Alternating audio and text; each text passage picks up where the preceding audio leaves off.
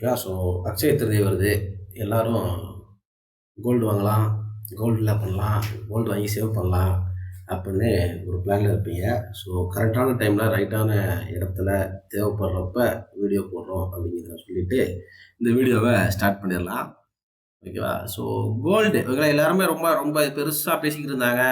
என்ன பேசிட்டு இருந்தாங்க? கோல்டு வந்து 1,00,000 தொட்டுருச்சு, 1,50,000 தொட்டுருச்சு, 2,00,000 போயிருச்சு அப்படின்னு பேசிட்டு இருந்தாங்க. கரெக்ட்டுங்களா? இன்னும் ரூ. 1,00,000 போயிரும், 10,00,000 போயிரும், 5,00,000 போயிரும் அடுத்த 5 வருஷம், 10 வருஷத்துக்குள்ள அப்படின்னு பேசிட்டு இருந்தாங்க. பட் ஸோ அதை விட இன்ட்ரெஸ்டிங்கான விஷயத்தை தான் வந்து நம்ம இப்போ பார்க்க போறோம். ஓகேவா?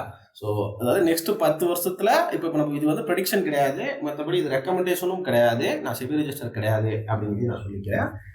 ஸோ நார்மலா ஓகே, நீங்க ஒரு நார்மலா வந்து நீங்க திங்க் பண்றீங்க, மார்க்கெட்ல பேசிக் தான் தெரியும், பட் லாங் டர்மா பண்ணணும்னு நினைக்கிறீங்க அப்படிங்கிறவங்களுக்கு இந்த வீடியோ வந்து சூட் ஆகும் அப்படிங்கிறத நான் சொல்லிக்கிறேன். ஸோ என்ன கதை, ஹிஸ்டாரிக்கல் ரெக்கார்ட்ஸ் அப்படின்னு ஒரு கான்செப்ட் இருக்கு. கரெக்டா? ஹிஸ்டாரிக்கல் ரெக்கார்ட்ஸ் கடைசி 15 வருஷத்துல என்ன நடந்துச்சு கோல்ல அப்படிங்கிறது பார்க்க போறோம். ஒரு சின்ன கால்குலேஷன் பண்ணி தான் பார்க்க போறோம். ஸோ அதே சேம் டைம்ல இல்ல ஸ்டாக்ல என்ன நடந்துச்சு அப்படிங்கிறதையும் சேர்த்து வச்சு பார்க்க போறோம். 2010ல இருந்து எடுத்துக்கிறேன். இல்ல 15 வருஷம் அப்படிங்கிற பட்சத்துல 2010ல இருந்து எடுத்துக்கிறேன். நீங்க அதுக்கு முன்னாடி இருந்து எடுத்துக்கிட்டாலும் சரிதான். ஓகே, அதுக்கு முன்னாடி இருந்து எடுத்துக்கிட்டாலும் சரிதான். பட் 2010ங்கிறது வந்து இல்ல கடைசி 15 வருஷம் அப்படிங்கிறத எடுத்துக்கிறேன். 18,500 இருந்துக்குது. எவ்வளோ? ஒரு 10 கிராம் கோல்டு வந்து 18,500 இருந்திருக்கு. ஸோ நான் 18,500 கோல்டில் இன்வெஸ்ட் பண்ணியிருந்தேன் அப்படின்னா, ஓகே, 18,000 நான் 10 கிராம் தங்கத்தை வந்து நான் வந்து எங்க 2010ல வாங்கியிருந்தேன் அப்படின்னா, ஓகேவா? எனக்கு இப்போ வந்து என்ன என்ன என்ன இருக்கு அப்படின்னு கேட்டீங்க அப்படின்னா, current price okay, current price வந்து 28 இதுலேயே போட்டிருக்காங்க, கிளியர் டாக்ஸ் வெப்சைட்லேயே போட்டிருக்காங்க. 94,630 இருக்கு. 95,000 ரவுண்டா வச்சுக்கோமே. 95,000 28 ஆஸ் ஆஃப் 28 ஏப்ரல் ஓகேவா? 95,000 அப்படின்னு ரவுண்டா வச்சுக்குவோம். இப்போ 95,000ங்கிறது வந்து கரெக்டா இருக்கக்கூடிய பிரைஸ். கரெக்டா? 95,000 டிவைடட் பை நம்ம எவ்வளோ இன்வெஸ்ட் பண்ணியிருந்தோம் 15 வருஷத்துக்கு முன்னாடி? 18,500 இன்வெஸ்ட் பண்ணியிருந்தோம். கரெக்டா? 100ஆல மல்டிப்ளை பண்ணிடுறேன். எதுக்குன்னா பர்சன்டேஜில் கிடைக்கணும் அப்படிங்கிறதுக்காக. கிட்டத்தட்ட எனக்கு என்ன ரிட்டர்ன்ஸ் கிடைச்சிருக்கும் அப்படின்னு கேட்டீங்க அப்படின்னா 513%. கிட்டத்தட்ட 515% வச்சுக்கோமா. ஒரு ஆவரேஜ் கால்குலேஷன் தான். ஒரு டிஃபரன்ஸ் தெரியணும் அப்படிங்கிறதுக்காக நடக்கக்கூடிய கால்குலேஷன் தான். கிட்டத்தட்ட 500 to 550% வந்து எனக்கு ரிட்டர்ன்ஸாக கிடைச்சிருக்கும். இதே கோல்டில் ஓகே, கோல்டில் நான் இன்வெஸ்ட் பண்ணியிருந்தேன் அப்படின்னா கிடைச்சிருக்கும். ஓகே, ஸோ நீங்கள் ஃபிசிக்கலாக வச்சுருந்தீங்கன்னா இதில் எக்ஸ்ட்ரா கணக்கு பார்த்தீங்க அப்படின்னா செய்கூலி சேதாரம் அப்படின்னு நிறைய கான்செப்ட்லாம் இருக்குது. ஓகே, நீங்கள் வாங்கும்போது ஒரு ப்ரைஸு, விற்கும்போது ஒரு ப்ரைஸ் இருக்குது. ஸோ ஸ்ப்ரெட் வேல்யூன்னு இருக்குது. இங்கே நிறைய கான்செப்ட் இருக்குது. ஓகே, நிறைய கான்செப்ட் இருக்குது. இப்போ நம்ம ரீட்டெயிலராக யோசிப்போம். ஓகே, ரீட்டெயிலராக தான் யோசிக்கிறோம். பட் இதே சேம் டைம்ல ஆகல, இப்போ ஒரு ஸ்டாக் மட்டும் தான் பார்க்க போறேன். ஏன்னா வீடியோ ரொம்ப லாங்கா போகும், அதனால ஒரே ஒரு ஸ்டாக்கை தான் பார்க்க போறோம். ஆல்ரெடி லைவ்ல பார்த்த ஸ்டாக் தான், லைவ்ல பேசின ஸ்டாக் தான். பட் பார்க்கலாம். HDFC bank okay, HDFC bank ரொம்ப ரொம்ப ஒரு பல இதுக்கு முன்னாடியே இருந்த உள்ள அந்த பேங்க் தான். ஓகே, HDFC பேங்க் பார்த்துக்குவோம். ஒரு நிமிஷம் இருங்க. நான் மந்த்லி கேண்டில் எடுத்துக்கிறேன். இதே 2010 டைம் பீரியட்ல பார்த்தீங்க அப்படின்னா 2010 நீங்க அதுக்கு முன்னாடி எடுத்தீங்கன்னா இன்னும் கம்மியாக தான் இருந்திருக்கும். ஈவன் கோல்டு பிரைஸும் கம்மியாக தான் இருந்திருக்கும். பட் 2010 பார்த்தீங்க அப்படின்னா கிட்டத்தட்ட அரௌண்ட் ரூ. 160 ஓகே, அரௌண்ட் ரூ. 160 இருந்திருக்கு. தெரியுதுங்களா? ஸோ அரௌண்ட் 260 2010ல் அரௌண்ட் 160 ஓகே, அரௌண்ட் 160 இருந்திருக்கு. ஸோ ரூ. 160 அப்படிங்கிறத ஆவரேஜாக வச்சுக்குவோம். இப்போ நான் 18,500 இன்வெஸ்ட் பண்ணியிருந்தேன் அப்படின்னா, அதாவது 18,500 நான் HDFC ஸ்டாக்ல வாங்கியிருந்தேன் அப்படின்னா எவ்வளோ குவான்டிட்டி வாங்கியிருப்பேன்? ரூ. 160 ஒரு ஸ்டாக் வந்து ரூ. 160. நான் கிட்டத்தட்ட 115 குவான்டிட்டி வாங்கியிருப்பேன். 0.625 இருக்கு. நம்ம அப்படி ஆக்சுவலாக எடுத்துக்கிட்டே அப்படின்னா 116 எடுத்துக்கோம். பட் ரவுண்ட் ஃபிகராக இருக்கட்டும் அப்படின்னு சொல்லிட்டு 115 குவான்டிட்டி வந்து நான் வாங்கியிருப்பேன். ஓகேயா? ஸோ நான் லாங் டர்மா 15 வருஷமா ஹோல்ட் பண்ணியிருந்தேன் அப்படிங்கிற பட்சத்தில் இப்போ எனக்கு கரண்ட் ப்ரைஸ் என்ன இருக்கு? ஓகேயா? 1900 இருக்கு. பட் இது மேலே வரைக்கும் போயிட்டு வந்திருக்கு. 1970 80 வரைக்கும் போயிட்டு வந்து வச்சுக்கலாம். 1900 இருக்கு அப்படின்னு ஆவரேஜாக வச்சுக்கோ. 1900 அப்படிங்கிறத வச்சுக்கோ. ஸோ 1900னா எனக்கு எவ்வளோ இருக்கும் அப்படிங்கிறத பாருங்க. 2,18,500 எனக்கு வந்து ஓவராலா HDFCயில் மட்டும் கிடைச்சிருக்கும். அதாவது 15 வருஷத்துல நடந்த விஷயம்.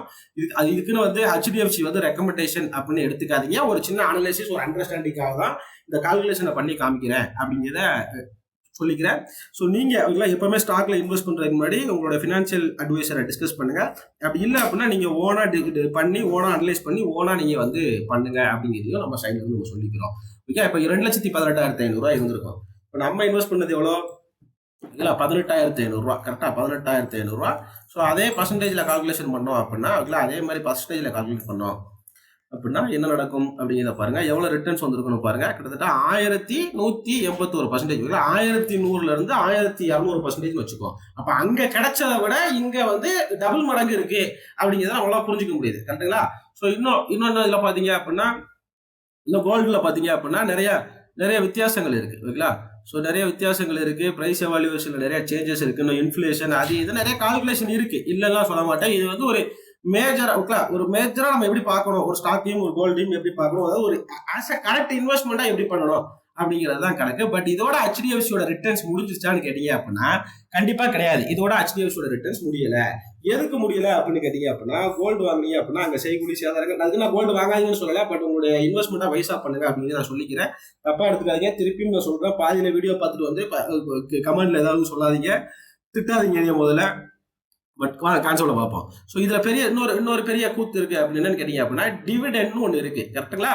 ஸோ டிவிடெண்ட் 2010ல இருந்து டிவிடெண்ட் ஒரு ஆவரேஜா கால்குலேட் பண்ணீங்க. இது எப்படி கால்குலேட் பண்ணுவோம்? அதாவது ஒரு ஷேருக்கு 12 ரூபா கிடைச்சிருக்கும். கரெக்டா? ஒரு ஷேருக்கு 12 ரூபா கிடைச்சிருக்கும் அப்படிங்கிறது தான் கணக்கு.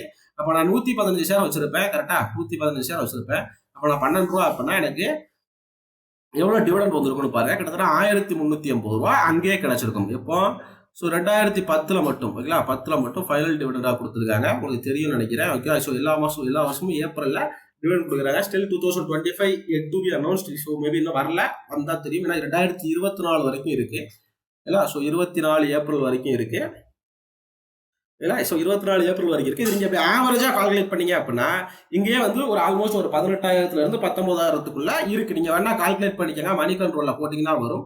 ஸோ நார்மலா டிவிடெண்ட் அப்படிங்கிறத கிளிக் பண்ணீங்க அப்படின்னா உங்களுக்கு எவ்வளவு டிவிடெண்ட் கொடுத்தாங்க அப்படிங்கிறது கிடைக்கும். ஓகே. எவ்வளவு டிவிடெண்ட் கொடுத்தாங்க அப்படிங்கிறது கிடைக்கும். ஸோ ஏதாவது போனஸ் கொடுத்தாங்களா அப்படிங்கிறதையுமே நீங்க எடுத்து பார்க்கலாம். ஸ்பிளிட் ஏதாவது பண்ணியிருக்காங்களா அப்படிங்கிறதே எடுத்து பார்க்கலாம். ஓகே. ஸோ நம்ம இந்த டீட்டெயில் எல்லாம் எடுத்து வச்சிட்டோம் ஆல்ரெடி. ஸோ கிட்டத்தட்ட இங்கே வந்து 18,500ல இருந்து 19,000 வரைக்கும் கிடைச்சிருக்கும். ஓகே. 19,000 வரைக்கும் உங்களுக்கு கிடைச்சிருக்கும். ஒண்ணு. ரெண்டாவது விஷயம், இதுல வந்து இப்ப மெயினா பாத்தீங்க அப்படின்னா,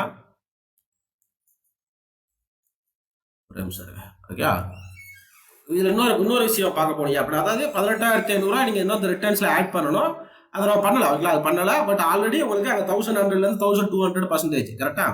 1200%. ஸோ இதுல 2011ல, ஓகேங்களா? 2011ல 10 ஷேர் வச்சிருந்தீங்க அப்படின்னா, ஸ்பிளிட்டுங்கிற கான்செப்ட் ஞாபகம் வச்சுங்க. 10 ஷேர் வச்சிருந்தீங்க அப்படின்னா உங்களுக்கு எக்ஸ்ட்ரா 2 ஷேர் கிடைக்கும். ஓகே. எக்ஸ்ட்ரா 2 ஷேர் கிடைக்கும். அதாவது 5 ஷேருக்கு 1 ஷேர் அப்படிங்கிறது தான் கணக்கு. 10 ஷேர் வச்சிருந்தீங்கன்னா 2 ஷேர் கிடைக்கும். ஸோ அதே மாதிரி 2019 அதாவது கோவிட் டைம்ல என்ன அனௌன்ஸ் பண்ணிக்கிறாங்க, 2 ஷேர் வச்சிருந்தீங்கன்னா உங்களுக்கு 1 ஷேர் வந்து கிடைச்சிருக்கும் அப்படிங்கிறதே கணக்கு. Okay. So even after split போன பிரைஸ் தான் இது. ஓகே. ஆஃப்டர் ஸ்பிளிட் நடந்ததுக்கு அப்புறமும் போன பிரைஸ் தான். ஓகே. ஸ்பிளிட் நடந்ததுக்கு அப்புறம் இருந்த பிரைஸ் தான். அப்போ பேசிக்கா நமக்கு என்ன ஆயிருக்கும், இப்போ 100 ரூபால நீங்க வச்சிருக்கீங்க அப்படின்னா, இல்ல 100 ரூபாய் வச்சிருக்கீங்க அப்படின்னா இந்த பிரைஸ் வந்து 50 ரூபாயா போயிடும். ஆனா நீங்க 2 ஷேர் வச்சிருந்தீங்க அப்படின்னா உங்களுக்கு 1 ஷேர் கிடைக்கும். மொத்தமா 3 ஷேர் 50 ரூபாங்கிற பிரைஸ்ல கிடைக்கும் அப்படிங்கிறத நான் சொல்லிக்கிறேன். ஓகே. இது இந்த ஸ்பிளிட்டை பத்திர வீடியோ நம்ம ஆல்ரெடி போட்டிருப்போம். எடுத்து செக் பண்ணி பாருங்க. ஸோ அப்போ ஓவராலா எனக்கு வந்து என்ன ரிட்டர்ன்ஸ் கிடைச்சிருக்கும், கிட்டத்தட்ட 153 ஷேருங்கிறது வந்து எனக்கு 2019லயா ஒரு நிமிஷம் 2011ல 155ங்கிற ஷேருக்கு வந்து எனக்கு 16 ஷேர் கிடைச்சிருக்கும். எதுக்கு? 10 ஷேருக்கு 2 ஷேர் அப்படிங்கிற பட்சம். ஏன்னா நான் 155 வச்சிருந்தேன். இப்போ 15 ஷேர், 150க்கு 15 ஷேர் கிடைச்சிருக்கும். 5 ஷேருக்கு 1 ஷேர், 116 ஷேர் வந்து எனக்கு ரிட்டர்ன்ஸா கிடைச்சிருக்கும். அப்போ ஓவரால் நான் எவ்வளவு வச்சிருப்பேன், 171 ஷேர் வச்சிருப்பேன். கரெக்டா? 171 ஷேர் வச்சிருப்பேன். இப்போ 2019ல என்ன பண்ணிருக்காங்க, 2 ஷேருக்கு 1 ஷேர் அப்படிங்கிற கால்குலேஷன் கொடுத்துருக்காங்க. இப்போ 171 டிவைட் பண்ணீங்க, 2ஆல டிவைட் பண்ணீங்க அப்படின்னா 85, 86 கிடைக்கும் வச்சுக்கலாம். 85 புள்ளி சம்திங் கிடைக்கும் வச்சுக்கோங்களேன். இப்போ 85 ஷேர் எக்ஸ்ட்ரா கிடைச்சிருக்கும். நான் ஓவராலா 256 ஷேர் வச்சிருப்பேன். ஓகேங்களா? 256 ஷேருங்கிறது என்னோட HDFC போர்ட்ஃபோலியோ இருந்திருக்கும். நான் 15 வருஷம் அதில் போட்டு விட்டுருந்தேன் அப்படின்னா எங்க கோல்டு இன்வெஸ்ட் பண்ண அதே 18,500 ரூபாய். இப்போ இந்த ஒரு ஸ்டாக் மட்டும் தான் இப்படி இருக்கான்னு கேட்டீங்கன்னா கிடையாது. நீங்க நிறைய ஸ்டாக்ஸ் எடுத்து பார்க்கலாம். அதாவது லாங் டர்மா பிசினஸ் பண்ற நிறைய ஸ்டாக்ஸ் எடுக்கலாம். நீங்க லாங் டர்மா ஸ்டாக் சூஸ் பண்ணணுமா, லாங் டர்மா பிசினஸ் பண்ற கம்பெனியை யோசிக்கணும். ஓகே. கம்பெனி யோசிக்கணும். அதுலயுமே நிறைய டெக்னிக்கல் அனாலிசிஸ், ஃபண்டமெண்டல் அனாலிசிஸ் அப்படின்னு நிறைய இருக்கு. ஓகே. ஸோ இவங்களோட டிவிடெண்ட் ஈல்டுமே பெருசாலாம் கிடையாது. பட் நான் சின்ன டிவிடெண்ட்ல இருந்தாலுமே இவ்வளவு கிடைச்சிருக்கு அப்படிங்கிறத நம்ம சொல்லிக்கிறோம். So before you invested okay on something, அதாவது நீங்க இன்வெஸ்ட் பண்றதுக்கு முன்னாடி உங்களோட ஒரு இன்வெஸ்ட்மெண்ட் அட்வைஸரை வந்து கன்சல்ட் பண்ணுங்க. ஸோ இது வந்து என் சைடில் உள்ள information. So compare to gold stocks are the better investment அப்படிங்கிறது வந்து என்னுடைய பெர்ஸ்பெக்டிவ் தானே தவிர, பட் நீங்க இந்த ஸ்டாக்கையும் சூஸ் பண்றதுக்கு முன்னாடி நம்ம இதில் பையோஸ் எல்லாம் ரெக்கமெண்டேஷன் கொடுக்கல, பட் ஸ்டாக்கை சூஸ் பண்றதுக்கு முன்னாடி ஓனா அனலைஸ் பண்ணுங்க அப்படிங்கிறது நம்ம திருப்பியும் சொல்லிக்கிறோம். ஸோ 175 ஷேர்ல கால்குலேட் பண்ணீங்க அப்படின்னா, ஓகே, அதை திருப்பி திருப்பி ஒரு வருஷத்தை சொல்றேன். இப்போ 256 ஷேர் வந்துருக்கும். கரெக்டா 256 ஷேரு எவ்வளோ? 256 ஷேரை வந்து நீங்கள் வந்து இப்போது இதில் போட்டிங்க அப்படின்னா, இப்போ HDFC கரண்ட் ப்ரைஸ் 1900 வச்சுக்கோமே, 1900 ஆவரேஜாக வச்சுக்கோமே, எவ்வளோ கிடச்சிருக்கும்? கிட்டத்தட்ட 4,86,400 கிடச்சிருக்கும் நினைக்கிறேன். ஸோ இப்போ இருக்கிற கரண்ட் வேல்யூ நீங்கள் இன்வெஸ்ட் பண்ண அமௌண்ட் எவ்வளோ? 18,500 பிளஸ் இது போக டிவிடெண்ட். அதாவது நீங்கள் 15 வருஷத்தில் நீங்கள் இன்வெஸ்ட் பண்ண அமௌண்ட்டை நீங்கள் ஆல்ரெடி எடுத்திருப்பீங்க. ஓகே, டிவிடெண்ட்லேயே எடுத்திருப்பீங்க.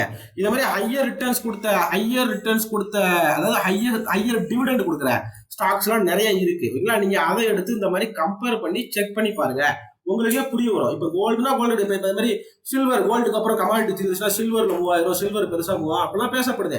அதுக்கு இந்த மாதிரி ஏதாவது பண்றதுக்கு முன்னாடி ரெண்டையும் வச்சு கம்பேர் பண்ணி பாருங்க. ஒரு 10,000 போனு, ஒரு 10,000 போன் வாங்குறோம். நம்ம என்ன பண்றோம்?